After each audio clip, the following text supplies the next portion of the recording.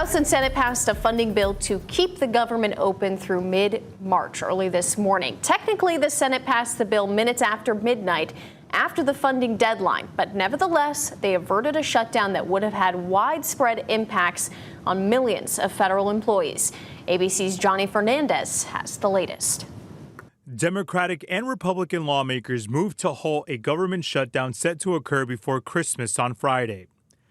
The House passing a short-term spending bill to keep the government open through March 14th. The Senate passing the bill after the 12:01 deadline. The bill gives $100 billion for disaster aid, $30 billion for farmers, and a one-year extension of the Farm Bill. We will not have a government shutdown, and we will meet our obligations for our farmers who need aid, for the disaster victims all over the country, and for making sure that military and essential services and everyone who relies upon the federal government for a paycheck is paid over the holidays. House Democratic leader Hakeem Jeffries praising the passage of the government funding bill.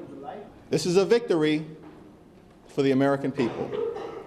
We have successfully advanced the needs of everyday Americans, but there are still things to be worked on, and we look forward to that fight in the new year.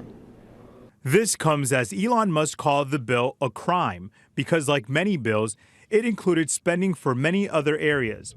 He threatened the Republicans who supported it, saying they deserve to be voted out. And Trump pushed for Republicans to raise the debt ceiling. The debt ceiling is how much the government is able to borrow, which will hit next year after Trump is inaugurated president, potentially posing a challenge for his presidency. Trump told Republicans that without it, a deal shouldn't be made. The bill is set to head to President Biden's desk to be signed. Johnny Fernandez, ABC News, New York.